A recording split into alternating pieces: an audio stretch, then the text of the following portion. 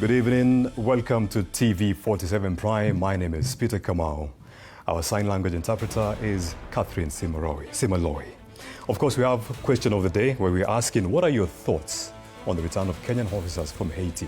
Our SMS line is 22047. Please interact with us. Protest against the rising cost of fuel erupted in several counties across the country today. In Nairobi, 11 people were arrested and are currently being held at Central Police Station. The protest, largely mobilized online, were driven by public anger over the soaring cost of living linked to the latest fuel price hike. Sheila Chelangat gives us this report. The aftermath of the protest dubbed Reject Fuel Hike in Nairobi. A handful of protesters were bundled into police trucks after attempted demonstrations were quickly contained.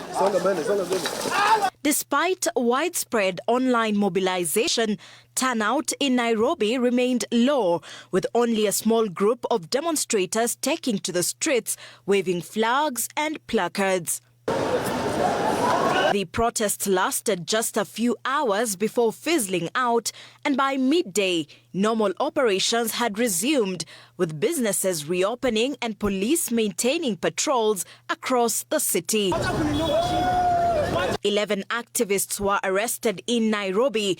According to Nairobi Police Commander Issa Mahamud, the National Police Service had not been notified of any planned demonstrations. So far, we have arrested 11.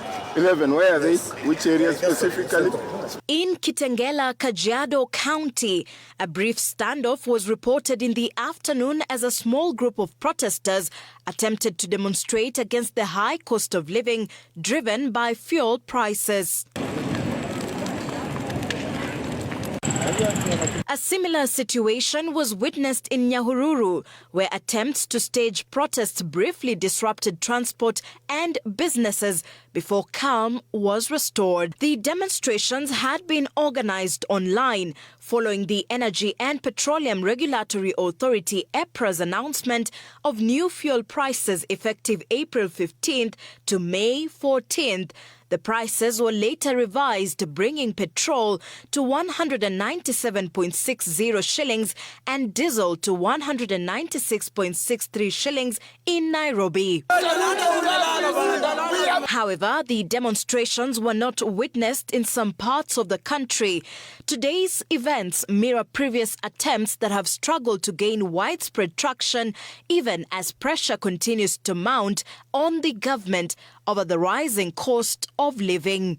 Sheila Chelangat for TV47. The last contingent of Kenyan police officers serving under the multinational security support mission in Haiti is expected to return home tonight. The officers have been part of a UN-backed deployment that played a key role in restoring security in key areas of Port-au-Prince. During their mission, they helped secure strategic installations including the international airport, the seaport, and major access roads that had been under the threat from armed gangs. The deployment has positioned Kenya at the center of the UN-led multinational security support mission, attracting global attention to its role in international peace and security efforts. We cross over now to JKIA for the sounds and pictures. Then thereafter, the IG to give his remarks. Thank you, sir.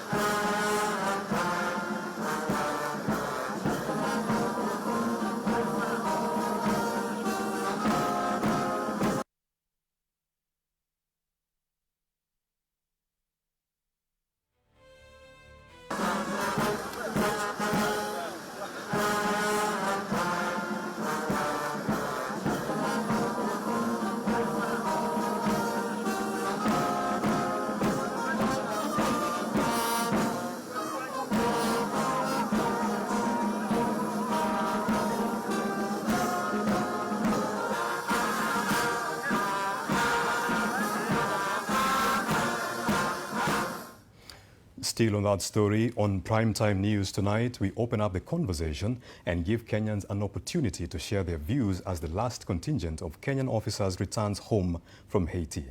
As these officers arrive back home tonight, we would love to hear from you. What are your thoughts on the return of the Kenyan officers from Haiti? Send in your comments as we follow this homecoming and reflect on Kenya's role in the mission tonight. Kenya is part of the conversation. Our SMS lines are open. The number is 2207. You can also join our social media, 2207. You can also join via our social media handles, which are Facebook at TV47 Kenya, YouTube TV47 Kenya. Our WhatsApp number is 0793 267 279. Let's go back to JKIA for more. And here we are. We took heed of the instructions of our Commander-in-Chief, His Excellency the President William Ruto, and we went to Haiti, discharged our responsibilities as instructed by the commanders of the NPS and the Inspector General, acquitted ourselves wonderfully well against the sayings of many naysayers, and here we are coming home with our heads held high. Our country has gotten top marks internationally because of the great job that you have done for the people of Haiti. You will remember that, or we saw it from the home front, but there were people who did not want you to leave because you bonded very well with them, did your job very well, and you are exceedingly proud of it. And as the DIG are saying, under the guidance of the Inspector General, I'm sure there is a very well laid out program to receive you. So, on behalf of the Office of the National Security Advisor, whose responsibility was to coordinate our presence in Haiti, on behalf of all the agencies and all the NPS that were responsible for this duty, we want to say kongole na pongezi sana. Lastly is to wish you well, wish you Godspeed as you arrive home, na Mwenyezi Mungu awabariki ukijumuika na maafisa wengine pamoja na familia zenu. Karibuni nyumbani. Asanteni sana na Mungu awabariki. Now at this juncture I have the distinct responsibility and privilege, I must say, to invite the chief guest, and that is the Inspector General of the National Police Service, Mr. Douglas Kanja, to address us. Karibu IG.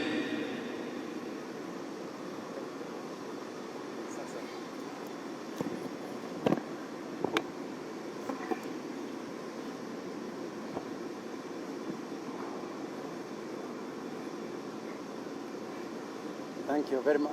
Thank you very much,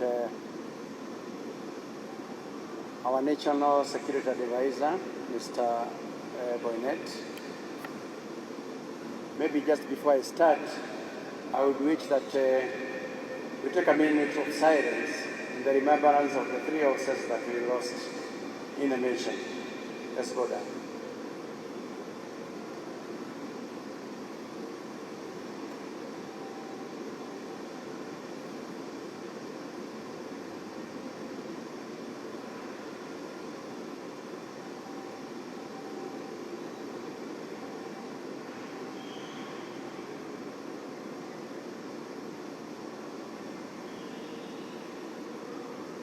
Thank you very much. Thank you. First of all, let me start by thanking the Almighty God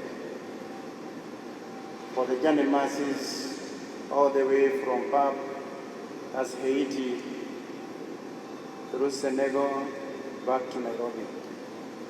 We are grateful to the Almighty God for the blessings. Number 2, we want to thank the Almighty God for the over 18 months that you have been away from us.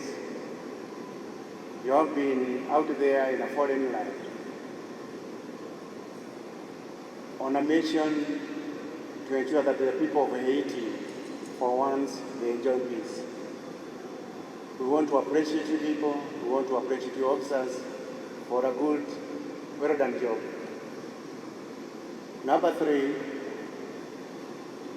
I want to pass to you the greetings and welcome back from none other than His Excellency the President. Our President welcomes you back to home and says congratulations for the job well done. On behalf of our Minister, none other than the Honorable Kipchumba Murkomen, he also welcomes you back, and you will be meeting with him during the debriefing periods. On behalf of the National Police Service, we are proud and we are happy and we welcome you back to home. We want to say a big thank you for a job well done.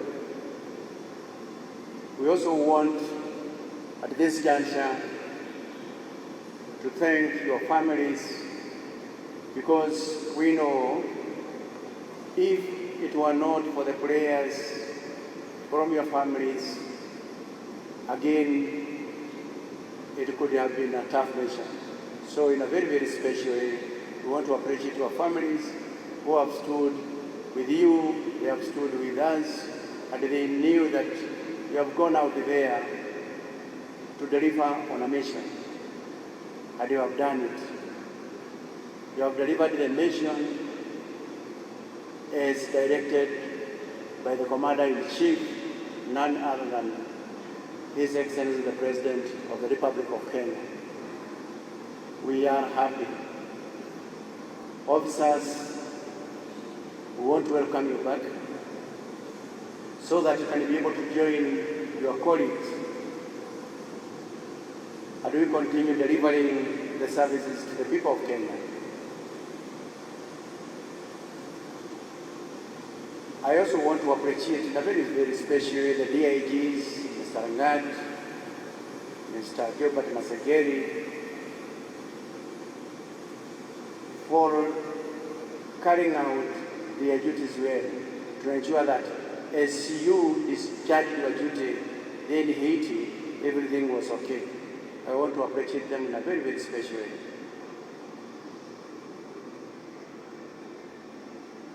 At this juncture, I also want to appreciate the KQ. This is our 4th contingent that you have brought back home. KQ Kogole, asanteni sana, mumefanya vizuri to bring back these officers here so that they can be able to rejoin their families and also be able to rejoin the bigger family of the National Police Service. We are very, very happy. To the officers, your commanders are here. They are happy once again that you have rejoined us back. We are extremely delighted that you are joining us at a moment when we need everybody as we prepare for the upcoming general elections that will be holding next year in our country, whereby each and every police officer will count in ensuring that we have the right environment to allow the people of Kenya exercise their civic duty, a democratic duty to elect their leaders. So you have come back at the right time and we appreciate you. We will be carrying out a debrief. You will be advised on how it is going to be carried out in the coming days.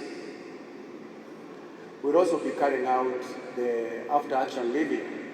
I know you have brought in some very good experiences that you have acquired while you are lettering on the mission that you are carrying out in Haiti.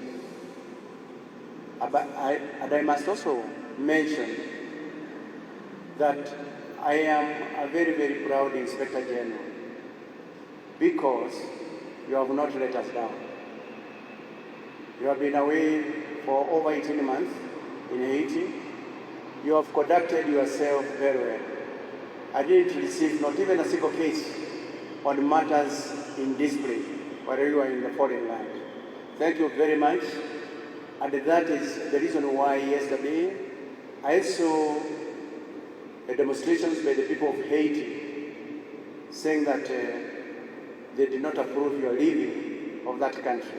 A clear indication that you have done your job very, very, very well. I'm also happy to note that by the time you are leaving this country, there are many naysayers who thought that in a matter of days would start receiving back body bags of our officers from Haiti. That never happened. And we want to congratulate, and we are happy, and we want to thank the Almighty God that never happened. We are happy, and we are very happy. There are those who said that they were waiting for you in Haiti to go and roast you. They never did that, and I have never heard of them. Where they went, I don't know. A clear indication that you did your job, you did it well. We are happy. Thank you so much. We appreciate you. We want to welcome you back to the country, back to your families, back to the wider family of the National Police Service, and we are going to be with you. We will. And of course, those pictures are coming to you from JKIA. And to the men and women in uniform, we say thank you. You've done us proud. Remember, you can be part of this conversation by SMSing your messages of goodwill to our officers on 22047. 22047. Moving on, Interior Security Cabinet Secretary Kipchumba Murkomen has blasted politicians over the rising wave of political hooliganism across the country. Appearing before the Parliamentary Security Committee, Murkomen also accused the court of undermining security agencies in the fight against violent gangs. At the same time, in the case involving Vihiga Senator Godfrey Osotsi, Murkomen claims that attackers fled across the border into neighboring countries. Sydney Chazima gives us more. Interior Cabinet Secretary Kipchumba Murkomen faced the National Assembly's Committee on Security and Internal Administration, with political gangs and organized goons dominating the agenda. In recent days, incidents involving goons linked to political violence have surged, with the government, especially the Security Ministry, coming under heavy criticism for failing to contain them. However, Murkomen is now pushing back, squarely blaming politicians for sponsoring and shielding these groups. Nearly in the areas that we have serious gangs, nearly all the political leaders, Mr. Speaker, Mr. Chairman, have at least a form of goons. He further claimed that many of these goons operate openly under the cover of personal security. They are disguised as bouncers. They are always supporting and escorting politicians to functions. And the Speaker, I don't need to mention names, but even if I put my eyes now to look like this, I can almost say something. When pressed on why police have not dismantled the gangs, Murkomen pointed to political interference and challenges within the justice system. During Jukwaa la Usalama, most of the police officers were saying that you carry out serious enforcement, a phone call comes from Nairobi, you are transferred. Okay? You are either transferred, or you are warned, or you are asked to release people. So judges are still releasing these people to the public. They don't care about the bail terms. As long as a number of opposition leaders have appeared before court, it is enough proof to say that rights have been violated and release these people to go. The matter escalated following the violent attack on Vihiga Senator Godfrey Osotsi, who was hospitalized. On the incident, Murkomen said the Osotsi issue was the DCI circulated the pictures. As you said, some of them presented, 3 of them presented themselves. The rest of the 13 or 14 ran out of the country to the neighboring country. So, but the IG and the DCI are on them, working with the authorities in the neighboring country, and we will arrest all of them eventually. I have no interest on this question. Despite the concerns, Murkomen told the committee that the government is rolling out youth employment programs aimed at preventing recruitment into goon networks. He added that more than 200 youth have already been arrested and charged in connection with hooliganism linked to organized groups. Thank you so much, members. Sydney Chazima, TV47. President William Ruto has issued a strong warning to Kenyans living in the diaspora, urging them not to rely on social media for news from home, saying misinformation is distorting Kenya's image abroad. At the same time, a major boost has landed in the agricultural sector after the International Fund for Agricultural Development, IFAD, unveiled a 5.2 billion shilling investment into the dairy industry. Monene John has the details. Day 2 in Italy for President William Ruto, with the focus split between tackling misinformation and strengthening key economic sectors. And at the center of it all, a sharp warning: caution over the credibility of information circulating online. From Rome, the president warned that unverified content on social media is increasingly shaping negative and misleading narratives about Kenya. Most of the stories in social media is not correct. Most of it is fake. Most of it is misinformation. You know, there are so many unpatriotic Kenyans. They talk about Kenya as if they have a spare country. But beyond the digital battlefront, a financial lifeline is taking shape in Kenya's agricultural space. The International Fund for Agricultural Development, IFAD, has rolled out a 5.2 billion shilling investment targeting the dairy sector in a move expected to supercharge production and strengthen value addition from farm to market. Our milk people are in good space. Our tea people are in good place. Now we have a new market of close to 1 billion people, and already the first consignment left Nairobi. We are looking at how to make that better. In addition, a second wave of support is already in place, a 34 billion shilling program set to roll out over the next 3 years. The initiative is designed to expand access to affordable credit, modern farming tools, and broader market opportunities for farmers across the country. Monene John for TV47. In other news, confusion and tension gripped Garissa County as hundreds of residents took to the streets to protest the fatal shooting of 22-year-old taxi driver Aden Mohammed by a police officer at the Modika roadblock following a heated argument. Mike Chalo has more. Residents of Garissa held early morning demonstrations protesting the killing of Aden Mohammed, a 22-year-old taxi driver. It is reported that Mohammed had been called by his colleagues to assist in engaging talks with police officers after they were arrested at Modika roadblock Tuesday morning at around 2 a.m. Was stopped by DCI officers a kilometer from Modika police roadblock, and he was shot at point blank by an officer called, is it Charles or Charlotte? Upon arrival, he is said to have gotten into a confrontation with one of the officers before being shot at a point-blank range. Aden Mohammed died on the spot. Tunajua who issued that gun yenye imetumika kuua huyo mtoto. Tunajua work tickets ina wakingi. Kama huyo chalo alitolewa Garissa, tunajua kuna system. Garissa kuna bridge hapa na kuna Modika. Which way did chalo go? Kwa tunajua polisi wa kulinda wananchi. Lakini kwa sasa tumejua ya kwamba na tunashuhudia ya kwamba polisi wa Garissa wamekuwa wakuua. Family members, local leaders and the residents have condemned the killing, calling on the Ministry of Interior to ensure immediate arrest of the officer involved. They have also urged the Independent Policing Oversight Authority, IPOA, to launch swift investigations, noting that this is not the first such incident in the area. This is the third incident. Charlo has been transferred from Balambala, where he has also killed another young man. He is a rogue police officer. Hatutaimbia hii serikali tukisema tuta na nyinyi mnamaliza watoto wetu. Kama huo chalo huyo officer mwenye anaua huyo mtoto haleti within 24 hours. Hapa Garissa hatakaleta. Mwananchi yote akipigwa risasi na polisi, uchunguzi inachukuliwa na IPOA. Na wako on the ground, tunawapea support ile wanahitaji. Mike Chelo, TV47. Interior Cabinet Secretary Kipchumba Murkomen has reiterated the government's commitment to safeguarding Kenyans as the country approaches the election period.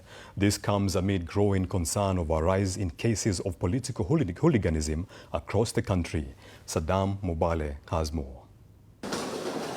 Appearing before the National Assembly's Department Committee on Administration and Internal Security, Interior Cabinet Secretary Kipchumba Murkomen reaffirmed the government's commitment to maintaining law and order across the country.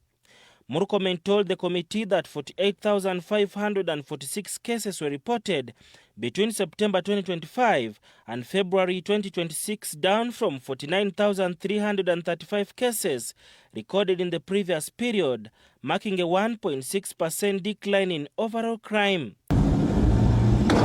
Despite the overall drop, concerns remain over rising insecurity in urban centers. Cities such as Nairobi, Nakuru and Mombasa have recorded an increase in gang-related activities, including brazen daylight robberies. This area, Nairobi metropolitan area, and the counties in the central region of the country are now becoming an epicenter of protests that are organized with gangs, with criminals, and with robbers. Counties in the north and northeastern regions, including Mandera, Wajir, Garissa, Turkana and Samburu, as well as parts of Nairobi's informal settlement, remain key crime hotspots. Gangs and goons are operating in the urban areas, and so proper surveillance and identification will be done in places, in hotspots of gangs like Nairobi, Kisumu, Nakuru and other places across the country. As the country edges closer to the election period, political goonism has been witnessed in several parts of the country, prompting religious leaders to raise alarm over the rise in political violence, describing the increasing trend as a threat to national security. The proliferation of the culture of goons, used to intimidate, bring disruptions in meetings, and even kill, can only thrive if it is sponsored and protected by powerful individuals. Recent efforts have resulted in the arrest and prosecution of hundreds of suspects and the seizure of assets linked to criminal activities. These actions demonstrate the government's commitment to enforcing the law while simultaneously improving institutional integrity. At the same event, Murkomen also said that the three suspects believed to have been involved in the attacks on Vihiga Senator Godfrey Otsotsi have already been arrested. The Otsotsi issue was the DCI circulated the pictures. As you said, some of them presented, 3 of them presented themselves. The rest of the 13 or 14 ran out of the country to the neighboring country. So, but the IG and the DCI are on them, working with the authorities in the neighboring country. Saddam Mubale, TV47, Nairobi. The murder trial of starlet Who has taken a significant turn after witness admitted in court that prime suspect John Matara was granted access to a rental apartment without providing any identification or documentation. Testifying before Justice Alexander Muteti, witness Florence Ngina confessed to operating the South Bay Airbnb illegally without a license or an official guest register. She recounted that on the night of the incident, a security guard informed her that a client had fled the premises covered in blood. Upon opening the door, they discovered the deceased lying in a pool of blood in the living room. Ngina also admitted she failed to keep any records of the suspect. The prosecution is expected to present its final witness on April 30th, 2026.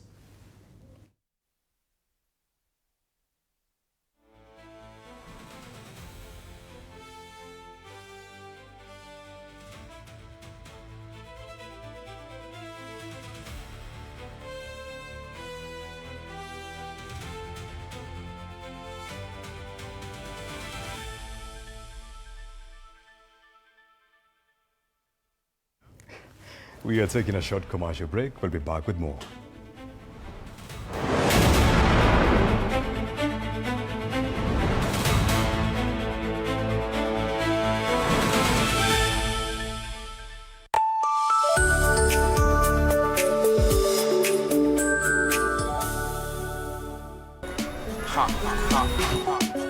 Skia, ni juicy.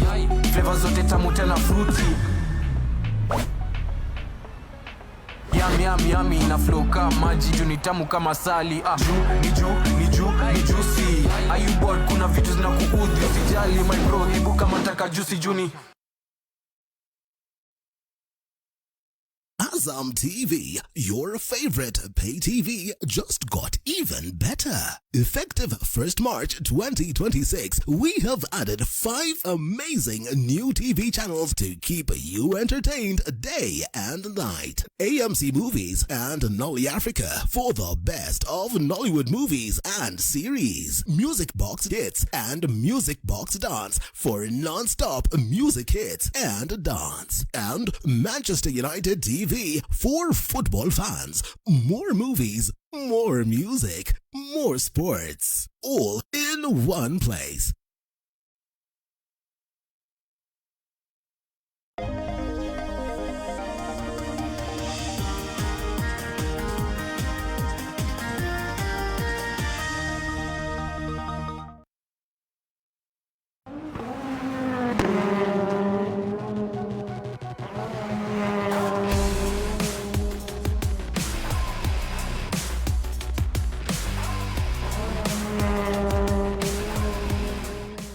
Revisha ushinde. Open and save in your KCB Gold Savings account and win.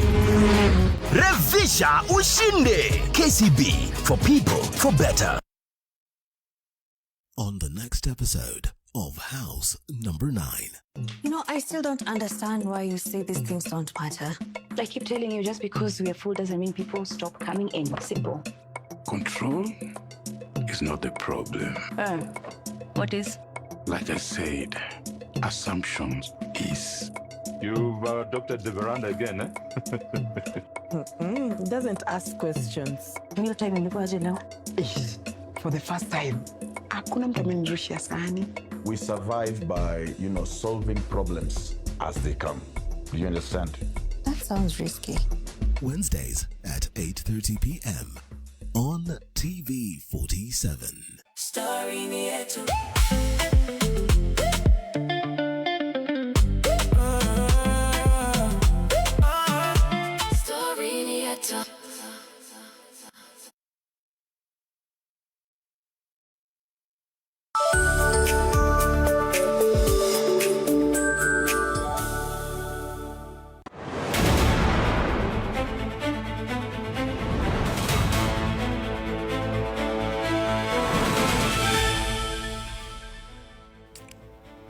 Welcome back. You're watching TV47 Prime. My name is Peter Kamau. Remember, our SMS line 22047 is open. Moving on. Governors who skip parliamentary summons could now face arrest after the High Court lifted earlier protections that had shielded them. This came after petitioners Ashton Ngugi Gishuhi and Charles Mugane applied to amend their petition. Changes the court said significantly altered the initial case. Stanley Nyaringita gives us more. The High Court sitting in Kiambu has lifted conservatory orders that had temporarily protected governors and other public officials from arrest or detention. This follows an application by petitioners Ashton Ngugi Gishuhi and Charles Mugane seeking to amend the case to introduce a broader constitutional challenge to sections of the Parliamentary Powers and Privileges Act. Justice Bahati Mwamuye held that the changes introduced new issues that were not part of the original pleadings, making it untenable for the interim protections to remain in force. If you're now impugning an act of parliament, an express act of parliament, that changes what is the prima facie, and it also changes the defense by the respondents in terms of the presumption of constitutionality of statutes. With orders now lifted, governors and other affected officials who failed to honor parliamentary invitations now risk legal action, including arrest. The matter is expected to proceed with the amended petition once it is duly filed and served. Further mention on 27th of April 2026. The decision comes amid growing pressure from Parliament on county leaders to account for public funds, with National Assembly Speaker Moses Wetangula recently warning that continued defiance would attract consequences. However, Petitioners challenge the legality of potential arrests and prosecutions of the county bosses, noting that such actions would violate their rights and disrupt county governance. Stanley Nyeringita, TV47. Moving on, the Independent Electoral and Boundaries Commission, IEBC, has raised concern over low voter registration numbers in the ongoing exercise. The Commission has also warned politicians against using youth to cause chaos during political meetings. Moluse Meshak reports. IEBC chairperson Erastus at the Corners issued a stern warning to politicians using youth to incite violence, saying they will be barred from contesting in the 2027 general election. Speaking in Turkana County during a stakeholders meeting, the Corn emphasized the importance of maintaining peace before, during and after elections, warning that the law will take its course against offenders. Wale wanasiasa wataendelea kuvuruga uchaguzi. We will not hesitate to disqualify them from violence. Young people are used as goons or are mobilized to cause chaos and violence. We have witnessed that across the country. The IEBC has announced that over 1.4 million voters have registered within 3 weeks since the exercise began. However, the Commission says this number is still too low and has ruled out extending the registration period. So we encourage the young people, particularly in Turkana, and those older people who have received their IDs for the first time, to come out in large numbers to ensure that they are registered as voters, so that then their voices can be heard in the 2027 general election. You know, CI need to really pull up its socks. I was also in Homa Bay, and the same story is also replicating there. We need to really push that. Residents from various regions have called on the Commission to intensify outreach efforts at the grassroots level to ensure no one is left behind. Another challenge identified is the lack of national identification cards among some residents, which has prevented many from registering. The IEBC has urged the government to fast-track ID issuance to enable full participation in the electoral process. We still have a challenge with so many uncollected IDs that are lying out there. Still have a challenge with people coming out to really participate, even those who have collected the IDs. The Commission has also expressed concern over Siaya and Homa Bay counties, which are lagging behind in voter registration, urging local leaders to mobilize the residents before the deadline. Tonight, former Deputy President Rigathi Gachagua is in the eye of the storm following a threat by ODM party leader Oburu Oginga to file a civil defamation suit against him after Gachagua claimed that Oburu had received financial inducement from President William Ruto to sell out ODM.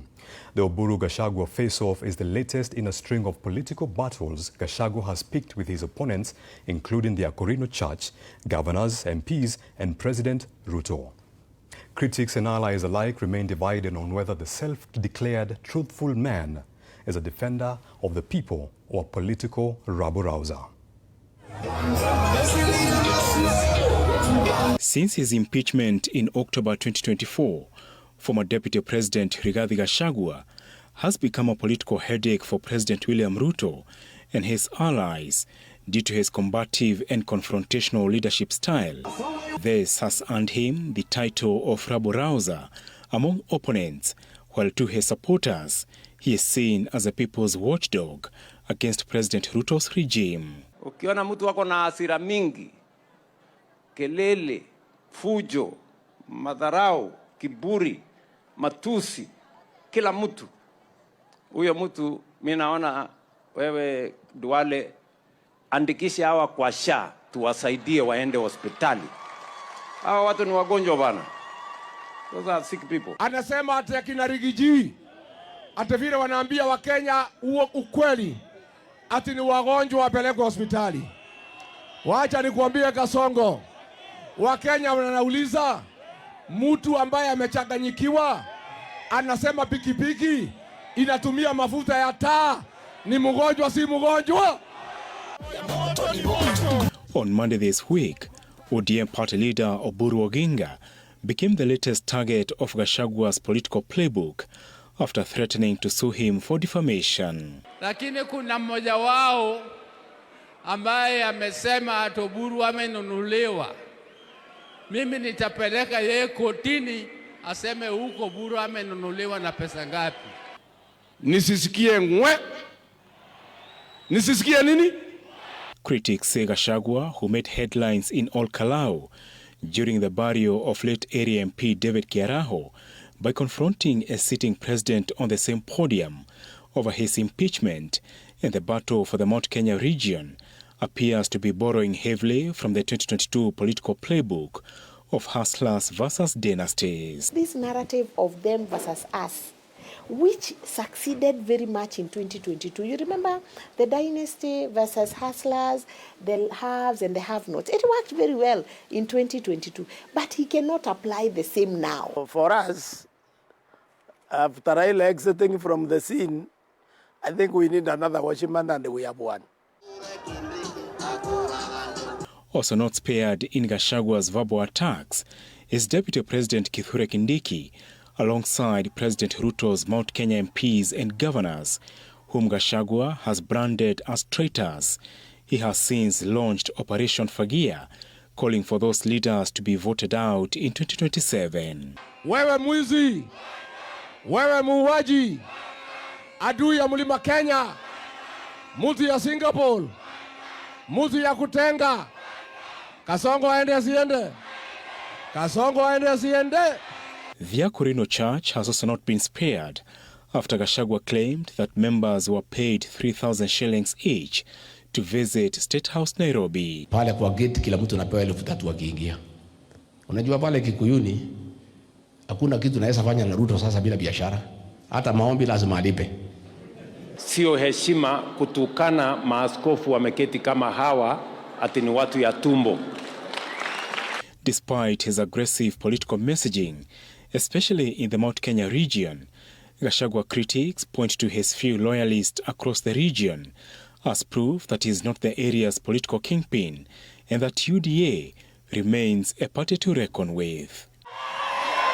MPs Gathoni wa Mushomba, George Koimburi and Mary Wamaua are among Gashagua's allies who have since parted ways with him.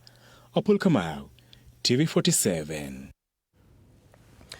Deputy President Kithure Kindiki has hit out at opposition leaders over personal attacks directed at him and President William Ruto. He maintained that such dirty politics would not derail the government's commitment to delivering its development agenda across the country.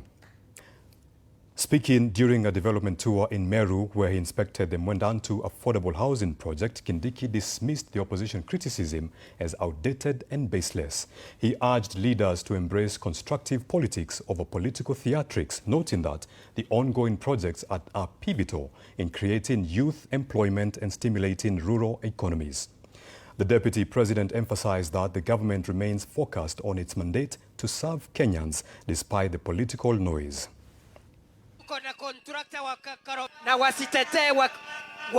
In Meru County in general, we have 2.3 billion shillings for electricity, ambaye ni ya kuongeza familia mpya 26,500. 26,500 homes across Meru County will get connected with power at a cost of 2.3 billion shillings.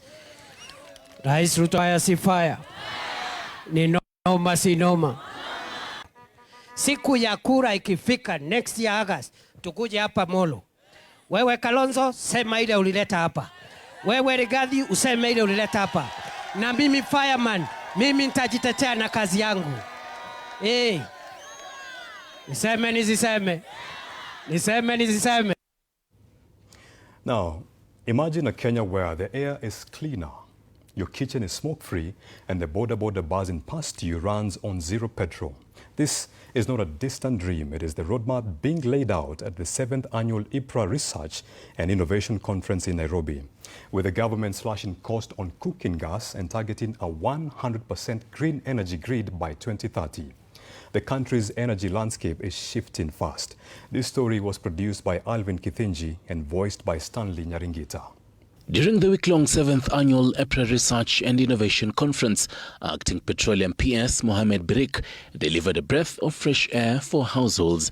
He stated that the government has made efforts to waive several levies on LPG, that is, cooking gas, helping move families away from the stinging smoke of biomass. The government has waived value-added tax, VAT, import declaration fees, IDF, and the Railway Development Levy, RDL, on LPG, and have installed bulk LPG systems in some of our schools.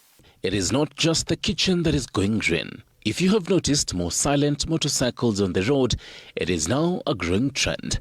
E-mobility is now the fastest growing subsector in the country, according to Petroleum PS Birik. Birik says that with over 80% of Kenyans connected to the grid, the push is now to power transport using the same renewable energy that lights homes. E-mobility is the fastest growing subsector, with electric vehicle registrations surging to over 2,700% from the 1,378 in 2022 to 39,324 by last year. But Kenya is not an island. Uganda's Energy Minister Ruth Nankabirwa reminded the summit that for the region to thrive, urgent action is needed to decarbonize, innovate and build financially sustainable systems while keeping debt to GDP ratios in check and ensuring that energy resources remain available, affordable and sustainable. The next chapter of energy development in Africa must be smarter, more integrated and more innovative driven. Through tax breaks on gas and the rise of electric transport, the future of energy in Kenya is not just about being green, it is also about being affordable.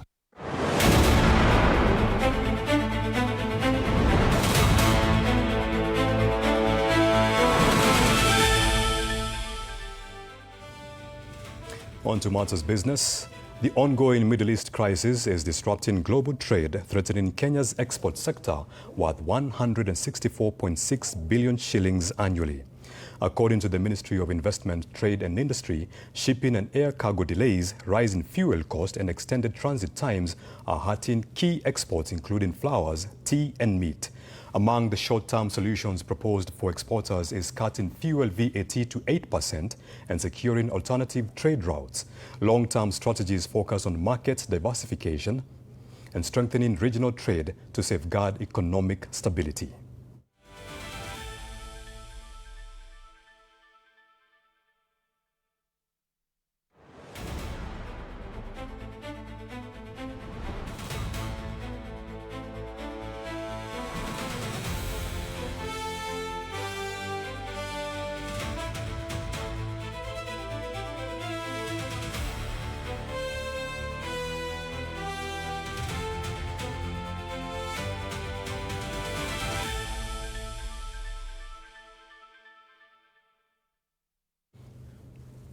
The United Nations Development Programme, in partnership with NextGen Kenya and the China Road and Bridge Corporation, has signed a deal to boost youth employment in Kenya, aimed at tackling rising joblessness among young people.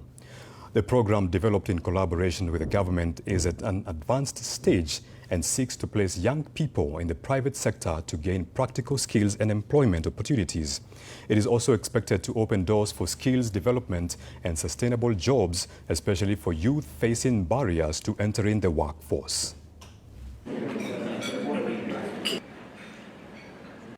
So what is happening today is a signing of a letter of intent with the Chinese Road and Bridge Corporation as part of a partnership to support this NextGen Kenya Youth Job Opportunity Program.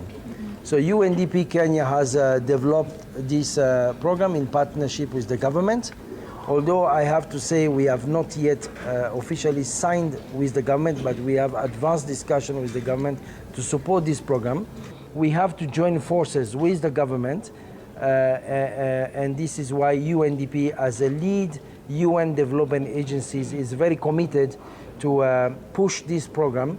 Of course, this is not coming in isolation. This is coming to add forces with existing programs.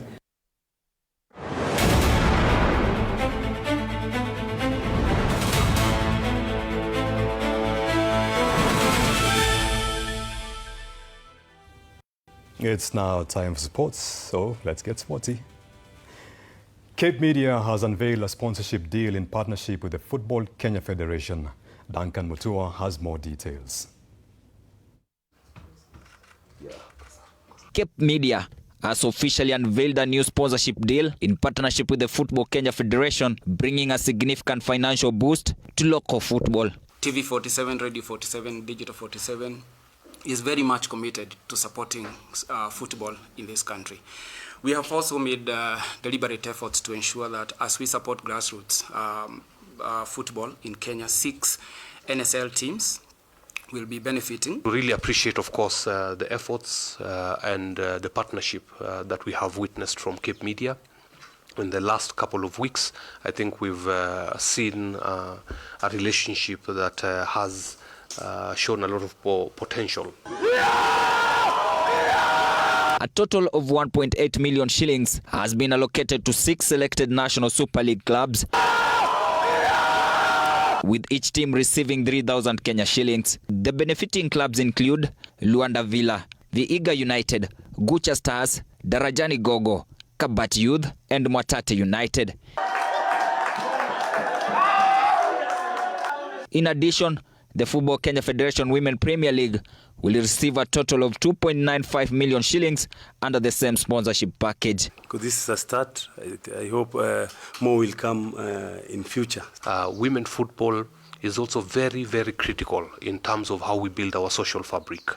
Whenever you go at the grassroots, if you don't engage women, if you don't engage our girls, then the society is not complete. The development agenda is not complete. Each of the 12 Football Kenya Federation Women Premier League clubs will receive 100,000 Kenya shillings as part of the funding, with the performance-based rewards having been outlined. The league champions will take home 1 million shillings, second place will receive 500,000 shillings, and the third place will be awarded 250,000 shillings. I'm very happy that this is happening. At least it's a progress, great progress from where we've been, and it's showing our continued support for women's football in this country and the respect that we offer all the clubs. As we continue to develop from the bottom, it's very important that we support and sustain what we already have. This partnership is expected to strengthen both the National Super League and the Women Premier League, supporting club development and promoting the growth of football across the country. Duncan Mutua, TV47. Very commendable efforts by Cape Media. Moving on, the stage is set for blockbuster Mashemeji Derby as title rivals prepare for a decisive clash this Sunday. Our sports reporter Nzuki Alan reports.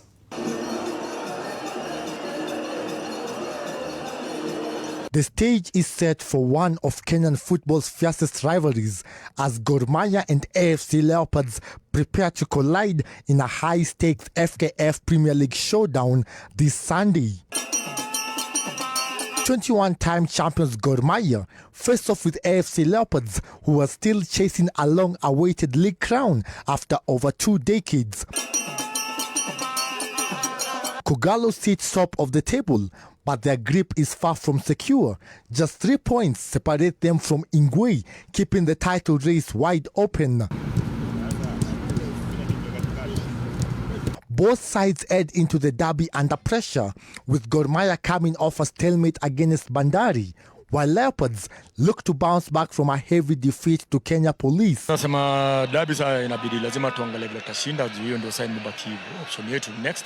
Na lazima pia wachezaji wajue at least kuteleza sio kuanguka, kuna another day na bado tuko kwa race. With tickets already selling fast, a packed Nyayo National Stadium is expected, setting the stage for a thrilling encounter. A rivalry steeped in history and a title race on the line, Sunday's Mashemeji Derby could define the season. Zuki Alan for TV47 Sports. Thank you, Alan, for that. And that story brings us to the end of this bulletin. And earlier we had asked you, what are your thoughts on Kenya's role in Haiti? And on Facebook, James Kariuki says, Kenya taking this role shows strong leadership on the global stage. Lina Chebet, Kenya's involvement highlights the professionalism of our security forces. Handle on Twitter, Global Voice KE, Kenya is demonstrating true leadership beyond its borders. Looking at some more, a bold and positive step for our nation. This reflects the trust the world has in Kenya, that is Kenya Rising. Diplomacy Kenya says, great opportunity for Kenya to build stronger global partnership. Thank you so much for tuning in TV47 Prime. My name is Peter Kamau. Enjoy yourself. Have a lovely night.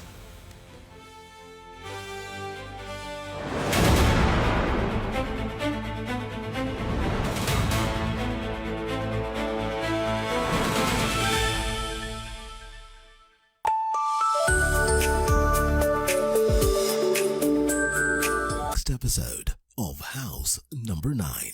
You know, I still don't understand why you